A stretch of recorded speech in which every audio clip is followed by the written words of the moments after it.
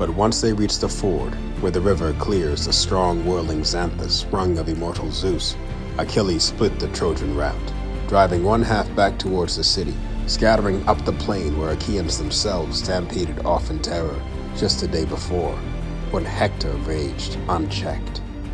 Now back in their tracks the Trojans fled, pell-mell, while Hera spread dense cloud ahead to block their way.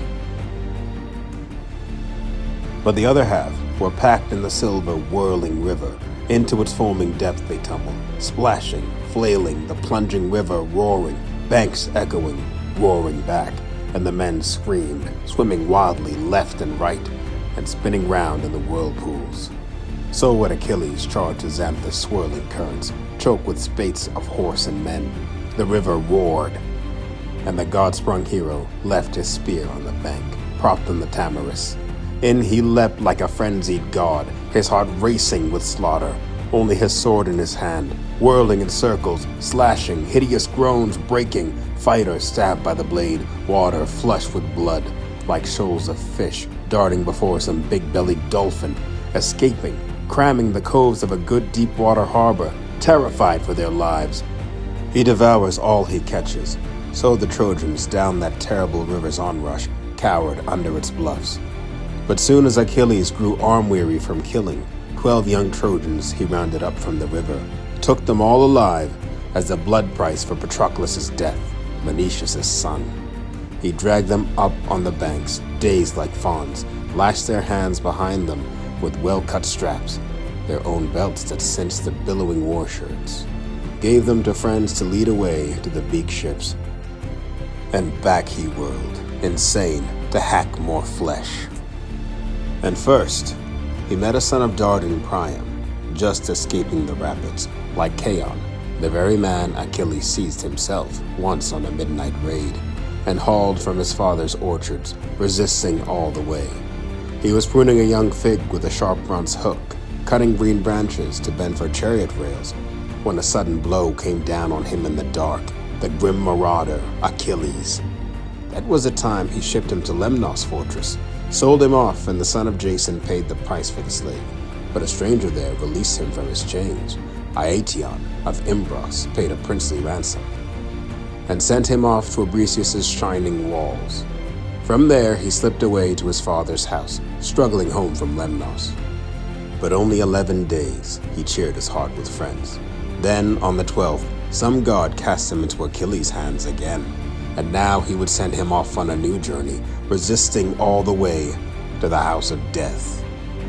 The swift runner recognized him at once, disarmed, no shield, no helmet, no spear left.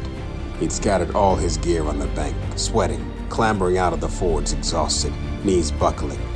But Achilles, filled with rage, addressed his own great heart. By heaven, an awesome miracle right before my eyes. These gallant, die-hard Trojans, even those I've killed, they'll all come rising back from the western gloom. Look at this fellow here. Back he comes again, fleeing his fatal day. And I'd sold him off as a slave in holy Lemnos. But the heaving gray salt sea can't hold him back, though it stops whole fleets of men who buck its tides. Let's try again. This time, he'll taste my spear point. Now we'll see, once and for all, and we'll know if he returns as fast from his newest destination, or the life-giving earth can hold him down, the grave that hugs the strongest man alive. Waiting, plotting. The others stumbling towards him, stunned, wild to grasp his knees, wild with all his heart to escape his death and grueling black fate.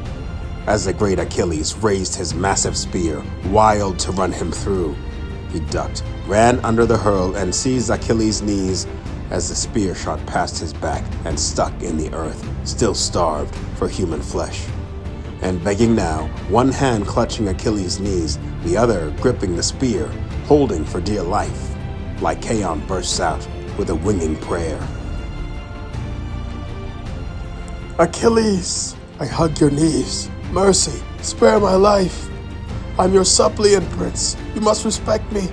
Yours was the first bread I broke, Demeter's gift, that day you seized me in Priam's well-fenced orchards. hauled me away from father, loved ones, sold me off in holy Lemnos, and I fetched you 100 bulls, and once released, I bought 3 times that price. And it's just 12 days that I've been home in Troy, all I've suffered. But now, again, some murderous fate has placed me in your hands, your prisoner twice over. Father Zeus must hate me, giving me back to you. To a short life you bore me. Mother, she was Laothoe, aged Altes' daughter, Altes who rules the Lachesis, always keen for war, who hold the Pedasus heights along the Statinois.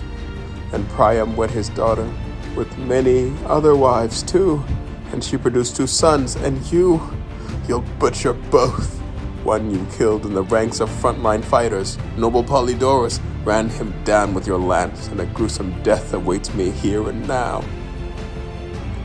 No hope of escape for me from your clutches, not when destiny drives me up against you. Listen, take this to heart, I beg you. Don't kill me. I'm not from the same womb as Hector who killed your friend, your strong, gentle friend. So the illustrious son of Priam begged for life, but only heard a merciless voice in answer. Fool, don't talk to me of ransom. No more speeches. Before Patroclus met his day of destiny, true, it warmed my heart a bit to spare some Trojans. Droves I took alive and auctioned off as slaves. But now, not a single Trojan flees his death. Not one the gods hand over to me before your gates. None of all the Trojans. Sons of Priam, least of all. Come, friend. You too must die. Why moan about it so? Even Patroclus died, a far, far better man than you. And look, you see how handsome and powerful I am. The son of a great man, the mother who gave me life, a deathless goddess. But even for me, I tell you, death and the strong force of fate are waiting. There will come a dawn, or a sunset, or high noon, when a man will take my life in battle too, flinging a spear perhaps, or whipping a deadly arrow off his bow. At that, Lycaon's knees gave way on the spot. His heart too. He let go of the spear. He sank down, spreading both arms wide. Drawing his sharp sword, Achilles struck his collarbone just beside the neck, and the 2-edged blade drove home, plunging to the hilt. And down on the ground he sprawled, stretched face first, and dark blood pouring out of him drenched the earth. Achilles grabbed a foot, slung him into the river, washed away downstream as he cried above him savage words to wing him on his way. There, lie there, make your bed with the fishes now. They'll dress your wounds and lick it clean of blood. So much for your last rites. Nor will your mother lay your corpse on a bier and mourn her darling son.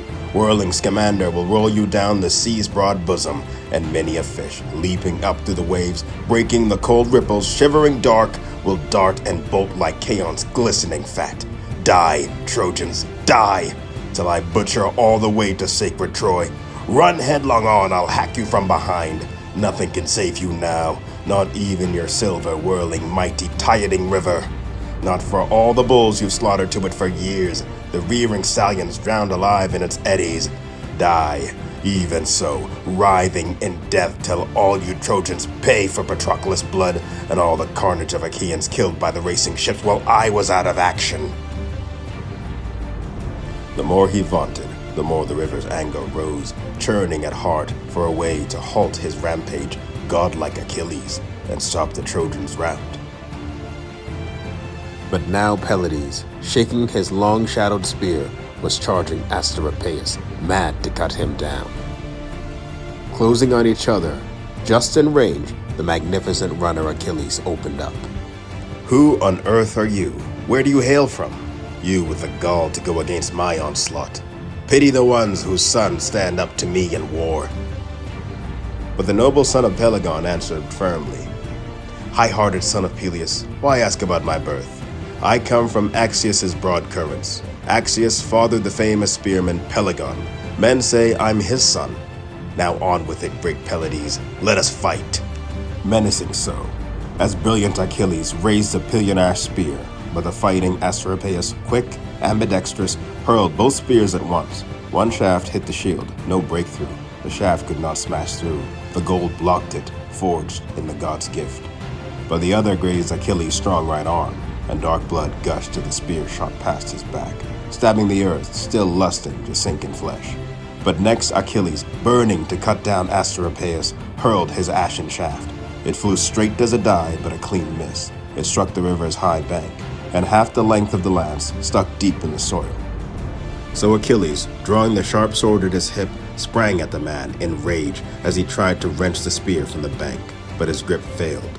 3 times he tried to wrench it free, tugging madly. Thrice gave up on the struggle. The 4th, with all his might, he fought to bend Peleus' shaft and break it off. But before it budged, the hero was all over him, slashing out his life, slitting his belly open, a scooping slice at the navel, and all his bowels spilled out on the ground.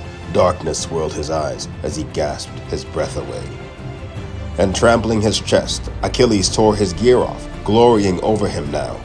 Lie there with the dead, punishing work, you see, to fight the sons of invincible Zeus. With that, Achilles pulled his bronze spear from the river's bluff and left him there, the Trojan's life slashed out, sprawls in the sand, drenched by the black tide. But Achilles went for Paeonians, helmets plumed, still running in panic along the river's rapids once they saw their finest fall in the onslaught, beaten down by Pelides' hands and hacking sword. He killed in a blur of kills: Thrasilicus, Mydon, Astiopaeus, Mensus, Thracius, Aeneas, and Ophelestes. Still more Paeonians the runner would have killed if the swirling river had not risen, crying out in fury, taking a man's shape, its voice breaking out of a whirlpool. Stop! Stop, Achilles! Greater than any man on earth, greater in outrage too, for the gods themselves are always at your side. But if Zeus allows you to kill off all the Trojans, drive them out to my depth at least. I ask you, out on the plain and do your butchery there. All my lovely rapids are crammed with corpses now. No channels in sight to sweep away my currents out to the sacred sea. I'm choked with corpses, and still you slaughter more. You blot out more. Leave me alone. Have done, captain of armies. I'm filled with horror. And the breakneck runner only paused to answer. So be it, Scamander, sprung of Zeus, as you command.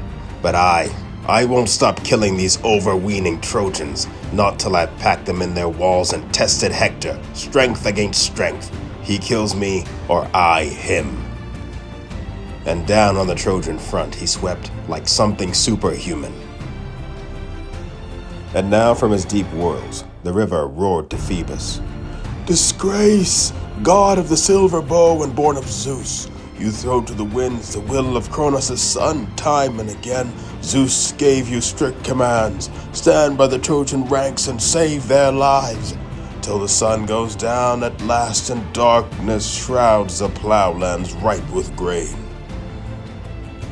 When he heard that, Achilles, the famous spearman, leaping down from the bluff, plunged into the river's heart, and the river charged against him, churning, surging, all his rapids rising at white fury, and drove the massive corpses, choking tight his channel. The ruck Achilles killed, Scamander heaved them up, and billowing like a bull, the river flung them out on the dry land, but saved the living, hiding them down the fresh pools. Yes, for all his speed, gods are stronger than men. Again and again, the brilliant, swift Achilles whirled, trying to stand and fight the river, man to man, and see if all the immortal gods who rule the vaulting skies were after him, putting him to rout again and again. The mighty crest of the river, fed by the rains of Zeus, came battering down his shoulders, down from high above. Achilles kept on leaping, higher, desperate now, as the river kept on dragging down his knees, lunging under him, cutting the ground from under his legs.